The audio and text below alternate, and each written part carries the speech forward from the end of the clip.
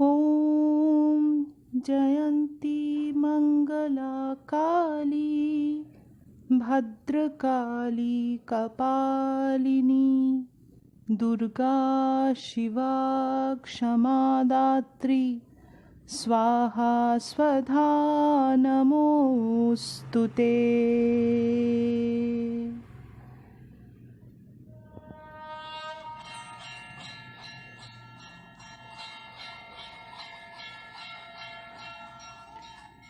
নমস্কার বন্ধুরা, আপনাদের সকলকে স্বাগত জানাই আমাদের মিথ মুহূর্ত চ্যানেলে। বলাই বাহুল্য আজকের বিষয় কালী। আপনাদের সাথে আমি দেবলীনা আজকে কালীর বিষয়ে কতগুলো কথা বলবো। যে মন্ত্রটা দিয়ে শুরু করলাম সেই মন্ত্রটা মোটামুটি সকলেরই চেনা। মন্ত্রটাকে যদি ভালো করে খেয়াল করে দেখি আমরা, তাতে কালীর দুটি সম্পূর্ণ বিপ্রতীপ রূপের কথা পাওয়া যায়। একদিকে তিনি শান্তি স্বরূপা, তিনি জয়ন্তী মঙ্গলা ক্ষমাদাত্রী। অন্যদিকে তিনিই আবার ভদ্রকালী কপালিনী, অর্থাৎ তিনি প্রচণ্ডা সংহারকারিণী। জয়ন্তী কথাটা অর্থ হিসেবে বললে যিনি জয় প্রদান করেন, আবার একটি গুণও যা স্বাধিষ্ঠান চক্রের রন্ধ্রে অবস্থান করে। মঙ্গলা অর্থাৎ তিনি মঙ্গলকারিণী। ভদ্রকালী এই রূপটি মার্কণ্ডেয় পুরাণ অনুসারে দ্বারিকাসুরকে বধ করতে সৃষ্ট হয়েছিলেন। আবার শিব পুরাণ ও বায়ু পুরাণ অনুসারে দক্ষযজ্ঞের সময় সৃষ্টি হয়েছিল ভদ্রকালীর, বীরভদ্রকে মুক্ত করতে। শিবের জটা থেকে তার সৃষ্টি। আবার এদিকে কপালিনী অর্থাৎ খুলি বাহক, রুদ্র যাকে সৃষ্টি করেছিলেন অন্ধকাসুরের শক্তি খর্ব করতে। অর্থাৎ কালীর সাথে সৃষ্টিশীল এবং ধ্বংসকারিণী এই দুটি রূপেরই অদ্ভুতভাবে মেলবন্ধন ঘটে যায়। কারণ কালী মানেই প্রকৃতি।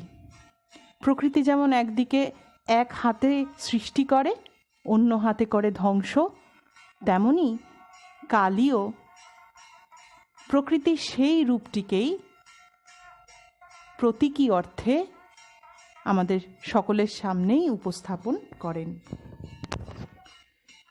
ব্রহ্মাণ্ড পুরাণে আছে, এই বিশ্ব ব্রহ্মাণ্ড সৃষ্টির আগে ছিল নিকষ কালো অন্ধকারে ঢাকা।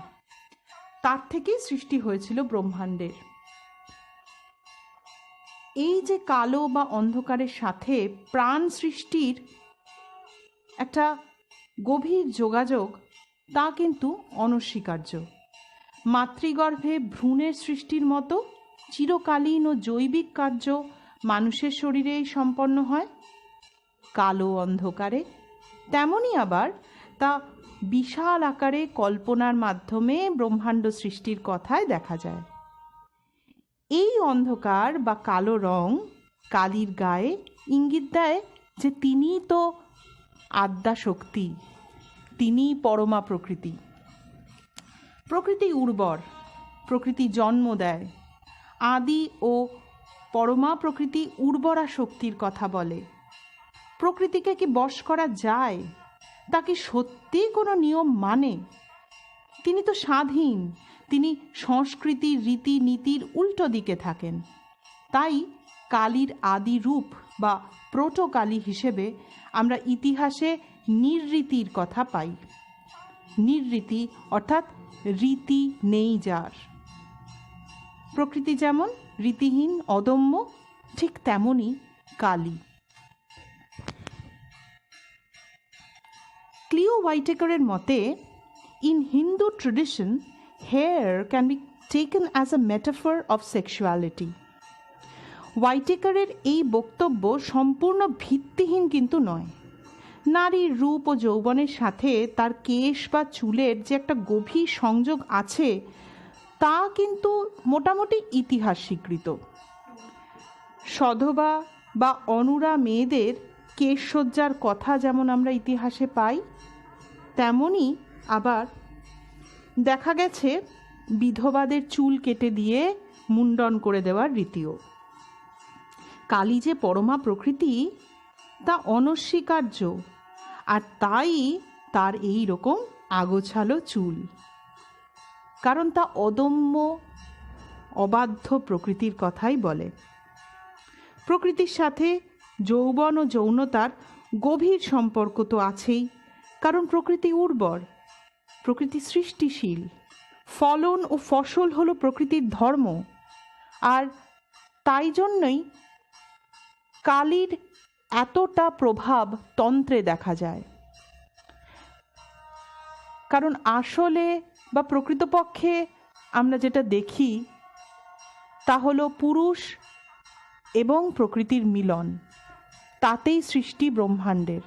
অর্থাৎ এই পুরুষ ও প্রকৃতির মিলনের কথা যে আমরা পাই, সেই প্রকৃতি, সেই পরমা প্রকৃতিকে আর কেউ নয়, তিনি কালী।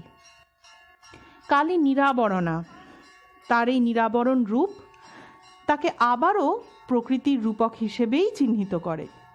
দার্শনিকদের মতে আবরণহীনতা সদ্যজাত শিশুর হয়, পশু পাখির হয়, যা বিশুদ্ধতা, কলুষহীনতা, নির্মলতাকে বোঝায়। তাই অন্য সমস্ত দেবদেবী সুদর্শন বা সুরূপা হলেও কালী কিন্তু প্রথাগত রূপ সৌন্দর্যের সম্পূর্ণ বিপরীত, কারণ তিনি নির্মলতা ও বিশুদ্ধতার প্রতীক। প্রকৃতির বুকে যেমন আমরা মরুভূমির রূপও দেখি, আবার পাশাপাশি সবুজ শ্যামলিমার ছবিও দেখতে পাই, তেমনই কালীর আমরা একদিকে যেমন দশ মহাবিদ্যায় তারা বা মাতৃরূপের দেখা পাই, তারার মধ্য দিয়ে, আবার ছিন্নমস্তার মধ্যে দিয়ে একটা প্রচণ্ড ঘোরতর রূপেরও দেখা পাই। আসলে পরমা প্রকৃতি বা আদিশক্তি বলতে প্রকৃতির প্রাধান্যই প্রবল হয়ে ওঠে। প্রকৃতি যেহেতু কারোর বশে নয়, তাই কালীকেও দেখা যায় শিবের উপরে নিজের স্বাতন্ত্র্য ও প্রাধান্য ঘোষণা করতে। ঠিক তাই তিনি কালী। অনেকেই বলেছেন কালো রঙের অধিকারিণী বলে তিনি কালী, কিন্তু তাই যদি হয় তাহলে মহাকালী নামটা অর্থহীন হয়ে যায়। আসলে যিনি কালে অবস্থান করেন, যিনি কাল বা সময়ের চালিকা শক্তি, তিনিই তো কালী। প্রচলিত যে রূপ আমরা কালীর দেখতে পাই তাতে 4 হাত। এই 4 হাত পুরুষার্থের রূপক, অর্থাৎ ধর্ম, কাম, অর্থ ও মোক্ষকে বোঝায়।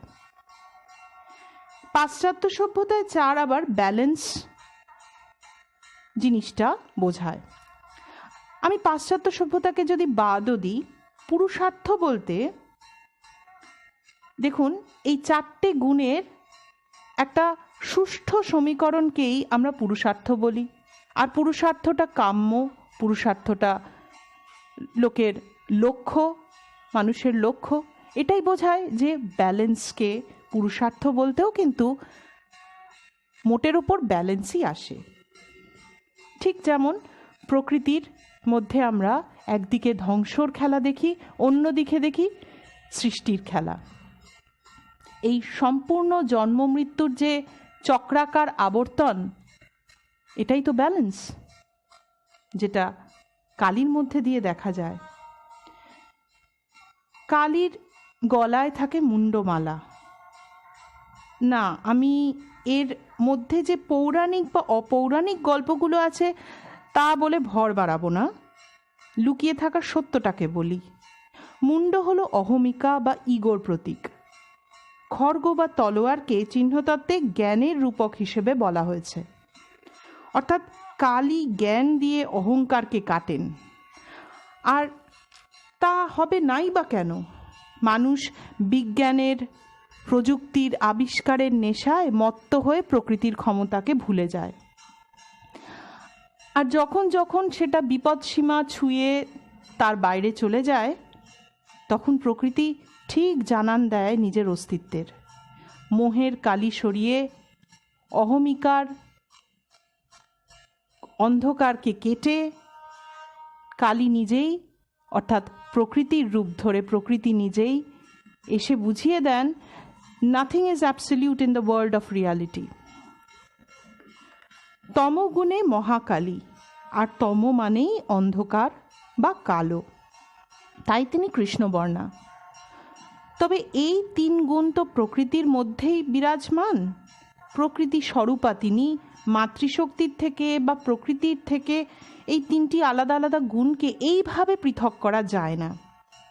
আর ঠিক তাই জন্যেই আমরা যদি কালীর রূপকে ভালোভাবে খেয়াল করি, আমরা দেখতে পাই তাতে কিন্তু সত্য, রজ এবং তম এই 3টি গুণেরই অদ্ভুতভাবে সহাবস্থান রয়েছে। রক্তাক্ত লাল জীব, তা নিয়ে গল্প যাই থাক, অর্থ কিন্তু একটাই, তার রসনা বা ভোগের কথা বলে।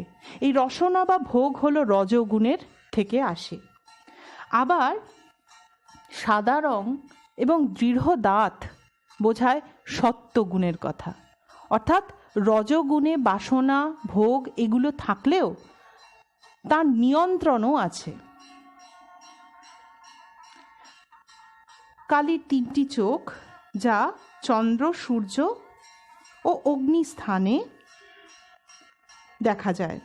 এই 3টি চোখ আবার 3টি কালের ওপর কালীর প্রখর নজরকেও বুঝিয়ে দেন। অর্থাৎ তিনি তো কালী, তিনি সময়ের 3টে আলাদা আলাদা স্তরেই বিরাজমান। অসুর নিধনকালে শিব বা সদাশিবের শরীরের ওপর পা দিয়ে দাঁড়ানোর যে মূর্তি, তা নিয়ে তো অনেক গল্প আছে, কিন্তু এর পিছনে অর্থটা আসলে শিব হলো বিবেক, যা আনকনশিয়াস অবস্থায় থাকে সাধারণত। বিবেক বা চিত বলেই দুর্গার মূর্তিতে শিবের অবস্থান মূর্তির পিছনে উপরে প্রায় লোকচক্ষুর অগোচরে। আবার ইনি যখন কালীর পায়ের তলায়, তখন তিনি একটা অন্য অর্থ বোঝান। আর এই অর্থটা হলো প্রকৃতি আর বিবেকের সম্পর্ক। ঘুমন্ত বিবেককে প্রকৃতি বারবার জাগিয়ে তোলার চেষ্টা করে, বলার চেষ্টা করে যে সময় হয়েছে, এবার ওঠো। ঠিক যেমন আমরা দূষণ ও হিংসা ছড়াতে থাকলে একটা সময় বন্যা, মহামারী করাল রূপ নিয়ে আমাদের বিবেককে জাগিয়ে তোলে, ঠিক তেমনই শিবকে জাগিয়ে তোলার, ঘুমন্ত বিবেককে জাগিয়ে তোলার চেষ্টা করে প্রকৃতিরূপী কালী।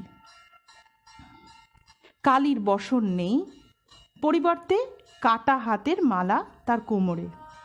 হাত মানুষের কর্মক্ষমতাকে বোঝায়, তাই প্রকৃতি যেমন অ্যাক্টিভ, কালীও বোঝায় তার কর্মক্ষম অবস্থা বা ওয়ার্ক ওরিয়েন্টেশনকে। এত তো বললাম বন্ধুরা, তাও অনেক বাকি রয়ে গেল। কালীর রূপভেদ, তন্ত্রে তার অবস্থান, 10 মহাবিদ্যার প্রতিটা রূপের অর্থ, এছাড়াও আরও অনেক অনেক কিছু।